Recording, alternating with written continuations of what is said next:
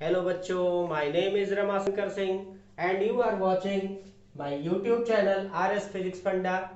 आज हम लोग आपके सामने यूनिट एंड डायमेंशन जो कि क्लास 11th का चैप्टर है उसका लेक्चर नंबर 2 लेकर के आए हैं और हमें सीखना है कि डायमेंशन क्या होती है। तो डायमेंशन क्या है, अगर इसको हम ध्यान दें तो पहले ध्यान दें थोड़ा सा कैसे किसी फिजिकल क्वांटिटी को लिखते हैं। तो सपोज करो कि मैंने कोई फिजिकल क्वांटिटी लिखा फोर्स। फोर्स एक फिजिकल क्वांटिटी है और इसको मैंने लिखा तो यहां हुआ 10 न्यूटन। अब यहां पर देख रहे हैं कि 10 तो मेरी न्यूमेरिकल वैल्यू है लेकिन न्यूटन हमारी यूनिट वैल्यू है। तो डायमेंशन की अगर हम बात करेंगे तो इस यूनिट पर कितनी पावर लगी हुई है। अब यहां पर देखो न्यूटन तो हमारी एमकेएस सिस्टम में है। अगर हम इसको जो है मीटर किलोग्राम एमकेएस सिस्टम में लिखेंगे तो यहां क्या लिखेंगे, फोर्स की जो हमारी यूनिट होगी वो केजी मीटर पर सेकेंड स्क्वायर होगी। तो यहां देखो केजी के ऊपर एक पावर लगी, मीटर के ऊपर एक पावर लगी और सेकंड के ऊपर 2 पावर लगी है। सेकंड डिनोमिनेटर में है तो इसको हम ऐसे कर दें सेकंड के पावर -2। तो जो डायमेंशन है वो है क्या, जो केजी के ऊपर पावर लगी, जो मीटर के ऊपर पावर लगी और जो सेकंड के ऊपर पावर लगी, यही हमारी डायमेंशन है। तो इसको हम डिफाइन कैसे करें, इसको हम डेफिनेशन के फॉर्म में कैसे लिखें। तो जरा देखो डेफिनेशन के फॉर्म में लिखना बहुत ही आसान सा होता है। नंबर ऑफ टाइम्स, जरा ध्यान देंगे क्या है, number of times any fundamental quantity. तो फंडामेंटल क्वांटिटी पहले भी डिस्कस किया जा चुका है। Any fundamental quantity is contained in physical quantity। तो किसी भी फिजिकल क्वांटिटी को बनाने के लिए, किसी भी फिजिकल क्वांटिटी को बनाने के लिए फंडामेंटल क्वांटिटी कितनी बार इन्वॉल्व हुई है, वो संख्या नंबर की बात करें, वो संख्या ही क्या होती है, डायमेंशन। जैसे एग्जांपल के तौर पर हम लोग ले ले एरिया, सबसे सिंपलेस्ट एग्जांपल एरिया। एरिया को हम लिखेंगे लेंथ इंटू विड्थ। अब लेंथ तो length, width is also a kind of length. तो यहां पर आप देखेंगे लेंथ कितनी बार इन्वॉल्व हुई, 2 टाइम्स इन्वॉल्व हुई। तो एरिया को बनाने के लिए लेंथ कितनी बार इन्वॉल्व हुई, 2 टाइम्स इन्वॉल्व हुई। सो 2 is the dimension of area. लेकिन इसको कहने का तरीका क्या है, तो लिखने का तरीका थोड़ा सा और है कि किसी भी फिजिकल क्वांटिटी को एम एल और टी की पावर्स के फॉर्म में रिप्रेजेंट करना भी डायमेंशन होता है। किसी भी फिजिकल क्वांटिटी को एम एल और टी की पावर के फॉर्म में रिप्रेजेंट करना डायमेंशन होता है। तो अब एरिया में तो मास कहीं है नहीं, लेंथ ही केवल है, टाइम है। तो इसको हम ऐसे भी लिख सकते हैं कि डायमेंशनल फॉर्मूला जो है ऑफ एरिया, ये क्या हो जाएगा, इसको हम लिखेंगे m के ऊपर 0, l की पावर 2, t की power 0। So this is the dimensional formula of area, m0 l square t0। जैसे मैंने कहा कि जो पावर्स होती हैं वो डायमेंशन है, तो पावर्स होती हैं वो डायमेंशन है। तो एरिया की डायमेंशन क्या हुआ, 2 इन लेंथ। इसको क्या पढ़ा जाएगा, 2 इन लेंथ। अब जरा देखिए डायमेंशन को लिखने का 3 तरीका है। There are 3 manners to write the dimension. तो डायमेंशन को लिखने के जो 3 मैनर है उसको जरा देखिए वो क्या क्या होते हैं। हम लोग किसी भी फिजिकल क्वांटिटी को रिप्रेजेंट जब करते हैं तो देखिए डायमेंशन एक हो गया, दूसरा हो गया डायमेंशनल फॉर्मूला और तीसरा हो गया डायमेंशनल इक्वेशन।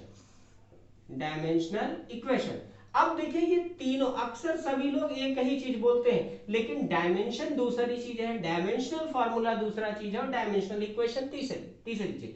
तो डायमेंशन क्या है? डायमेंशन क्या है? मैंने कहा नंबर ऑफ टाइम्स, जो संख्या। सपोज करो मुझे यहाँ स्पीड की डायमेंशन लिखनी है, तो स्पीड की डायमेंशन हम देखें, यहाँ 0 मास में, यहाँ 1 और -1। इसका सेंस ये हो गया, 0 इन मास मींस स्पीड को बनाने में मास का इन्वॉल्वमेंट नहीं है, 0 इन मास, 1 in length and -1 in time. लेकिन डायमेंशनल फॉर्मूला की बात करेंगे तो इसको ऐसे लिख देंगे m0 l t-1। और डायमेंशनल इक्वेशन, अब जब भी कोई चीज इक्वेशन होती है तो उसके दो साइड होते हैं, एक LHS होता है, एक RHS होता है। तो यहां इसको सिंपली ऐसे लिख दिया जाए, speed equal to m0 l t-1। अच्छा, ये जरूरी नहीं है कि हम लोग m0 ही लिखें। अरे m0 नहीं है तो इसको हटा सकते हैं, केवल lt-1 लिखें, क्योंकि अक्सर यही हम लोग याद करते हैं, lt-1 that is sufficient. Means अगर डायमेंशन की बात करा जाए, सिर्फ आपसे पूछा जाए कि डायमेंशन क्या है, तो डायमेंशन आप ऐसे लिखेंगे कि किसी भी फिजिकल क्वांटिटी को, हमने बताया किसी भी फिजिकल क्वांटिटी को अगर लिखना है तो डायमेंशन लिखना है तो m L और T की पावर्स के फॉर्म में रिप्रेजेंट करने की बात कर रहे हैं। तो m तो नहीं है इसलिए 0 लिखा, L 1 टाइम्स है एंड टाइम -1 टाइम्स है। लेकिन डायमेंशनल फार्मूले की बात करेंगे तो हमने कहा सिंपली लिख दिया LT-1। और डायमेंशनल इक्वेशन की बात करेंगे तो वही जो स्पीड है, जिस, चलिए एक और एग्जांपल के साथ हम लोग सीखते हैं। जैसे हमने लिया एक्सीलरेशन, तो एक्सीलरेशन के डायमेंशन, तो एक्सीलरेशन का देखिए अगर हम फॉर्मूला मुझे याद है तो ये क्या होता है, speed upon time, speed upon time. तो स्पीड की डायमेंशन क्या है, हम लोग इसको देखें तो देखिए एक्सीलरेशन स्पीड अपॉन टाइम। तो स्पीड का अभी हम लोगों ने डायमेंशन देखा क्या है, LT-1 और टाइम हो गया T अगेन, तो यहां हो गया LT-2। तो जब हम स्पीड की डायमेंशन लिखेंगे तो इसमें भी मास नहीं है, तो यहां 0 1 -2। डायमेंशनल इक्वेशन लिखेंगे तो क्या हो जाएगा, LT-2। और डायमेंशनल इक्वेशन लिखेंगे तो एक्सेलरेशन इक्वल्स टू लिखेंगे LT-2। और इन सबको हम लोग अक्सर बड़े ब्रैकेट में लिखते हैं। अब पहले ये लिखा जाता था, बहुत कंपलसरी नहीं है इसको लिखना। तो कहने का सेंस हमें अगर केवल फॉर्मूला याद हो तो with the help of that formula we can easily write the dimension, dimensional formula और डायमेंशनल इक्वेशन। तो कभी कभी मन में क्वेश्चन अराइज होता है कि आखिर हम इसको पढ़ें क्यों, what is the use of dimension, भाई हम डायमेंशन पढ़ें क्यों। अगर ये चीज दिमाग में आ जाए, किसी भी चीज को अगर हम पढ़े नहीं चल रहे हैं तो उसका यूज क्या है, ये चीज हम लोग सोच ले तो बहुत आसानी से हमको याद हो जाता है। तो यहां पर देखें यूज ऑफ डायमेंशन, तो हम डायमेंशन का यूज 3 तरीके से करते हैं, 3 तरीके, there are 3 method to use the dimension. पहला है to convert one system of unit, one system of unit into other। दूसरा है to check the correctness of the relation, to check the correctness of the relation। मतलब कोई भी relation, कोई भी equation लिखा है वो सही है या गलत, ये डायमेंशन की हेल्प से हम बड़ी इजीली चेक कर सकते हैं। And if it is found wrong, और अगर वो गलत मिला, and to correct it also, और इसकी हेल्प से हम इसको क्या कर सकते हैं, करेक्ट इट, उसको हम सही भी कर सकते हैं। और थर्ड यूज है डायमेंशन का टू एस्टैब्लिश the relation